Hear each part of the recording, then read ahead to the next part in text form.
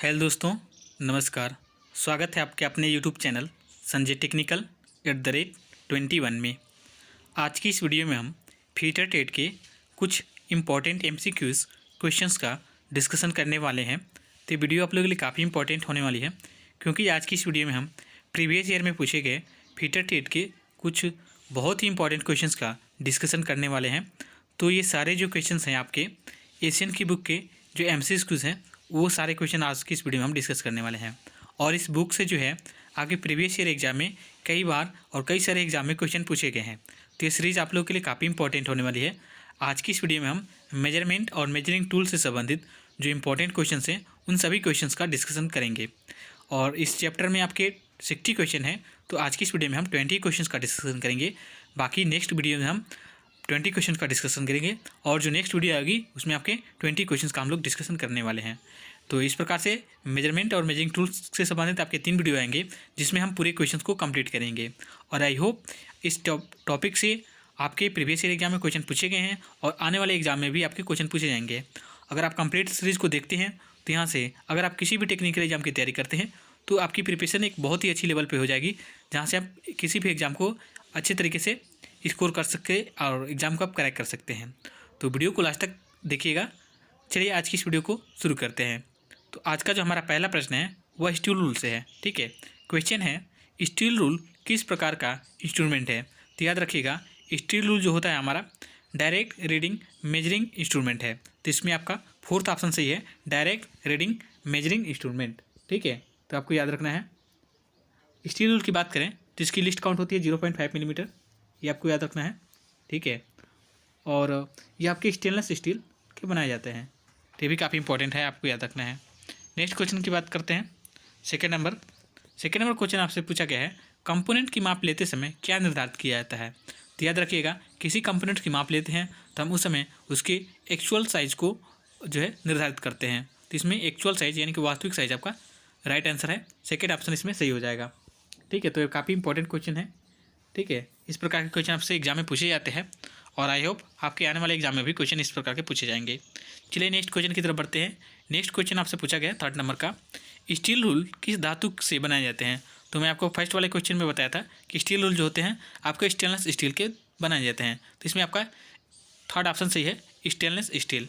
ठीक है, और ये एक प्रकार का जो है मेजरिंग इंस्ट्रूमेंट है, इससे हम 0.5 मिलीमीटर की एक्यूरेसी में जाब को माप सकते हैं। तो भी आपको याद रखना है। नेक्स्ट क्वेश्चन की तरफ बढ़ते हैं। नेक्स्ट क्वेश्चन आपका फोर्थ नंबर क्वेश्चन में पूछा गया है, किसी सरफेस की फ्लैटनेस और स्क्वायरनेस को चेक करने के लिए निम्नलिखित में से किस इंस्ट्रूमेंट का प्रयोग किया जाता है। तो याद रखिएगा, किसी जॉब की फ्लैटनेस और स्क्वायरनेस को चेक करने के लिए हम ट्राई स्क्वायर का प्रयोग करते हैं। तो ट्राई स्क्वायर इसमें आपका राइट आंसर है, जो कि आपका फर्स्ट ऑप्शन में है, ट्राई स्क्वायर। ठीक है, तो काफ़ी इंपॉर्टेंट क्वेश्चन है। इस प्रकार के क्वेश्चन आपसे एग्जाम में पूछे जाते हैं। ट्राई स्क्वायर के द्वारा हम किसी जॉब की फ्लैटनेस को चेक कर सकते हैं, स्क्वायरनेस को चेक कर सकते हैं। इसके अलावा हम वर्कपीस को 90 डिग्री पे सेट कर सकते हैं। ठीक है, इसमें इसके 2 पार्ट्स होते हैं, एक ब्लेड होता है, ठीक है, और एक स्टॉक होता है। तो ये 2 जो मुख्य पार्ट होते हैं आपके ट्राई स्क्वायर के होते हैं। और एक क्वेश्चन आपसे बार बार एग्जाम में पूछता है कि ट्राई स्क्वायर के जो यहाँ पे जो एक स्लॉट दिया जाता है तो क्यों दिए जाते हैं। तो याद रखिएगा, ये बर को स्थान देने के यहाँ पे स्लॉट दिए जाते हैं। तो काफ़ी इंपॉर्टेंट क्वेश्चन है, आप इसको याद रखना है। फोर्थ नंबर क्वेश्चन का ट्राई स्क्वायर इसमें राइट आंसर है। चलिए नेक्स्ट क्वेश्चन की तरफ बढ़ते हैं। नेक्स्ट क्वेश्चन आपसे पूछा गया 5 नंबर क्वेश्चन में पूछा गया है, निम्नलिखित में से कौन सा एक अप्रत्यक्ष मापी औजार है। अप्रत्यक्ष मापी का मतलब जिसे हम डायरेक्ट रीडिंग को पढ़ नहीं सकते हैं, जैसे कि आपका कैलिपर हो गया, गेज हो गए। ठीक है, तो इसमें हम डायरेक्ट रीडिंग को नहीं पढ़ सकते हैं। तो आपका इसमें फर्स्ट ऑप्शन से हो जाएगा इनसाइड कैलिपर। चाहे इनसाइड कैलिपर हो, आउटसाइड कैलिपर हो या जेनी कैलिपर है, ये सभी आपके अप्रत्यक्ष मापी औजार होते हैं। ठीक है, मेजरिंग टूल की बात करें तो ये मुख्यतः 2 प्रकार के होते हैं, एक डायरेक्ट रीडिंग लेने वाले और एक इनडायरेक्ट रीडिंग लेने वाले, यानी कि डायरेक्ट मेजरिंग इंस्ट्रूमेंट और एक होते हैं इनडायरेक्ट मेजरिंग इंस्ट्रूमेंट। ठीक है, तो यहाँ पे इनडायरेक्ट मेजरिंग इंस्ट्रूमेंट के बारे में बात की गई थी, तो इसमें इनसाइड कैलिपर आपका राइट आंसर हो जाएगा, फर्स्ट ऑप्शन सही है। ठीक है, नेक्स्ट क्वेश्चन की तरफ बढ़ते हैं। नेक्स्ट क्वेश्चन आपका 6 नंबर क्वेश्चन में पूछा गया है, एसआई यूनिट के अनुसार लंबाई की बेस यूनिट क्या है। तो याद रखिएगा, एसआई यूनिट के अनुसार लंबाई की जो बेस यूनिट होती है वो आपकी मीटर होती है। तो इसका मीटर आपका फोर्थ ऑप्शन सही हो जाएगा, मीटर राइट आंसर है।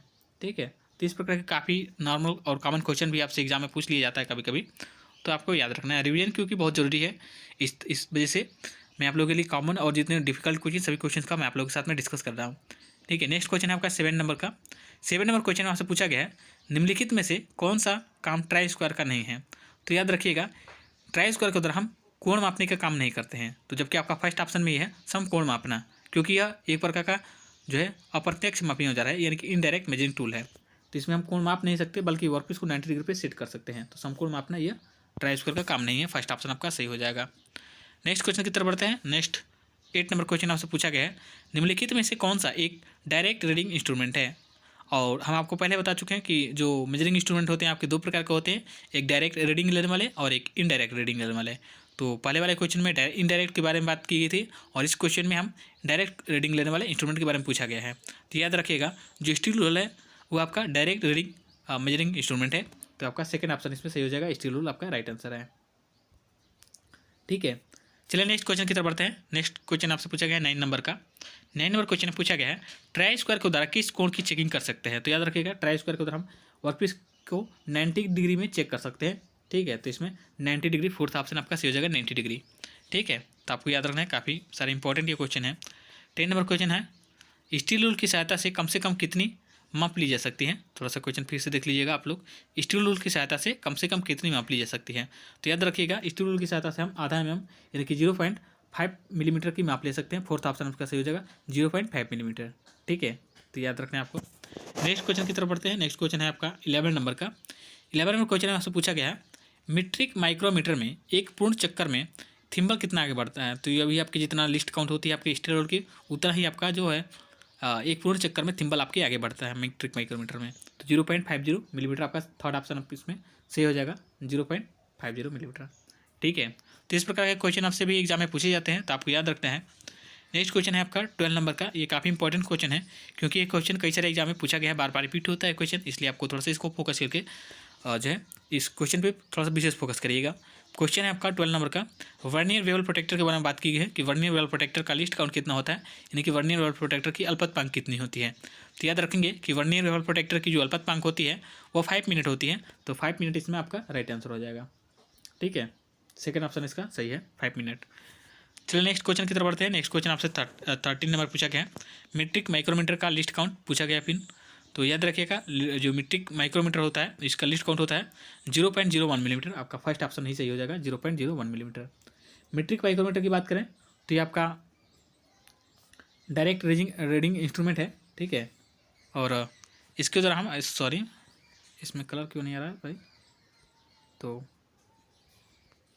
ओहो इसे आप इसमें कलर नहीं आ रहा है। इसमें फर्स्ट ऑप्शन आपका 30 कुछ इसमें दिक्कत हो गई। 13 नंबर क्वेश्चन में याद रखेगा कि 0.01 मिलीमीटर फर्स्ट ऑप्शन इसमें आपका सही है। मीट्रिक माइक्रोमीटर की लिस्ट काउंट होती है 0.01 मिलीमीटर। ये आपके नट और बोल्ट के सिद्धांत पर कार्य करते हैं और ये इनवार स्टील के बनाए जाते हैं। तो भी काफ़ी इंपॉर्टेंट है, आप इसको याद रखिएगा। चलिए नेक्स्ट क्वेश्चन की तरफ बढ़ते हैं। नेक्स्ट क्वेश्चन आपसे पूछा गया 14 नंबर का। 14 नंबर क्वेश्चन में आपसे पूछा गया है एक आउटसाइड माइक्रोमीटर में नेगेटिव एरर है, सही रीडिंग कैसे ली जा सकती है। तो याद रखिएगा किसी माइक्रोमीटर में अगर आपकी नेगेटिव एरर है तो उसमें वास्तविक रीडिंग में आपकी नेगेटिव एरर को जोड़ करके हम एक्चुअल साइज को निकाल सकते हैं, कि वह सही रीडिंग को निकाल सकते हैं।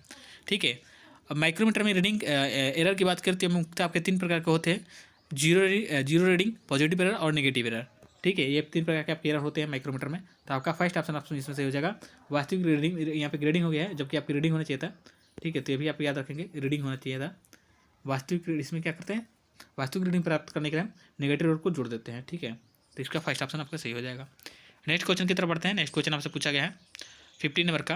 15 नंबर क्वेश्चन आपसे पूछा गया है 50 to 75 मिलीमीटर वाले आउटसाइड माइक्रोमीटर की जीरो रीडिंग क्या है। तो याद रखिएगा 50 to 75 मिलीमीटर का अगर माइक्रोमीटर है तो इसकी जो जीरो रीडिंग होगी वो आपकी 50 मिलीमीटर ही हो जाएगी। कभी कभी हम कन्फ्यूजन में 0.01 मिलीमीटर करके आ जाते हैं ऑप्शन सही, जो कि गलत है। ठीक है, ये गलत हो जाएगा क्योंकि ये आपकी लिस्ट काउंट पूछा गया है। लिस्ट काउंट और जीरो रीडिंग अलग अलग होती है, आप इसको याद रखना है।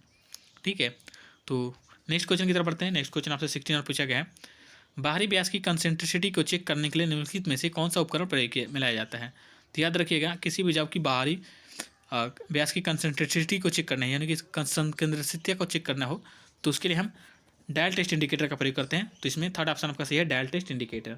ठीक है, डायल टेस्ट इंडिकेटर से संबंधित भी एक क्वेश्चन आपसे एग्जाम पूछा जाता है कि किसके सिद्धांत पर कार्य करता है। तो याद रखिएगा रैक और पिनियन के सिद्धांत पर कार्य करता है। डायल टेस्ट इंडिकेटर रैक और पिनियन के सिद्धांत पर कार्य करता है। तो थर्ड ऑप्शन आपका सही है। नेक्स्ट क्वेश्चन की तरफ बढ़ते हैं। नेक्स्ट क्वेश्चन आपसे 17 में पूछा गया है किसी वर्नियर कैलिपर द्वारा ली जाने वाली न्यूनतम माप को क्या कहते हैं? तो किसी भी जो आपके मेजरिंग इंस्ट्रूमेंट होते हैं जिनसे हम उनसे कम से कम जो उनकी माप ली जा सकती है वह उसकी लीस्ट काउंट कहलाती है। ठीक है, तो इसमें आपका लीस्ट काउंट आपका सही हो जाएगा। सेकेंड ऑप्शन है आपका लीस्ट काउंट। ठीक है, नेक्स्ट क्वेश्चन की तरफ बढ़ते हैं। नेक्स्ट क्वेश्चन आपसे 18 में पूछा गया है, मेट्रिक आउटसाइड माइक्रोमीटर में थ्रेडेड स्पिंडल पर थ्रेड की पिच कितनी होती है? तो याद रखिएगा, मेट्रिक आउटसाइड माइक्रोमीटर में जो थ्रेडेड स्पिंडल पर थ्रेड की पिच होती है वह जितनी आपकी स्टील रूल की अल्पतमांक होती है उतनी ही इसकी पिच होती है। तो 0.50 इसमें आपका राइट आंसर हो जाएगा, जो कि आपका फर्स्ट ऑप्शन सही है। ठीक है, तो ये भी काफ़ी इंपॉर्टेंट है। इस प्रकार के क्वेश्चन भी आपसे एग्जाम पूछे जाते हैं, तो आपको याद रखना है। नेक्स्ट क्वेश्चन है आपका 19 नंबर का। 19 क्वेश्चन में आपसे पूछा गया है, माइक्रोमीटर में जीरो एरर का क्या अभिप्राय है? तो याद रखिएगा, माइक्रोमीटर में जो जीरो एरर होता है या इसका मतलब है कि जब मेजरिंग फेस संपर्क में हो तो थिम्बल का जीरो तथा स्लीव पर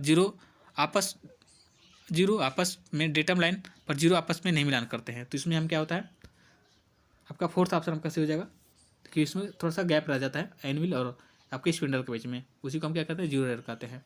ठीक है, नेक्स्ट क्वेश्चन की तरफ बात करते हैं। 20 नंबर क्वेश्चन आपसे पूछा गया है, माइक्रोमीटर में लॉक नट क्यों लाया जाता है? तो याद रखिएगा, माइक्रोमीटर में जो लॉक नट दिए जाते हैं वह वर्कपीस पर रीडिंग को लेने के बाद हम क्या करते हैं, रीडिंग को सेट लेने के बाद क्या करते हैं, वर्कपीस पर रीडिंग को सेट करने के बाद उसे लॉक करने के लिए ये जो आपके माइक्रोमीटर में जो है आपके लॉक नट दिया जाता है। ठीक है, तो ये भी काफ़ी इंपॉर्टेंट क्वेश्चन है, आपसे पूछे जाते हैं।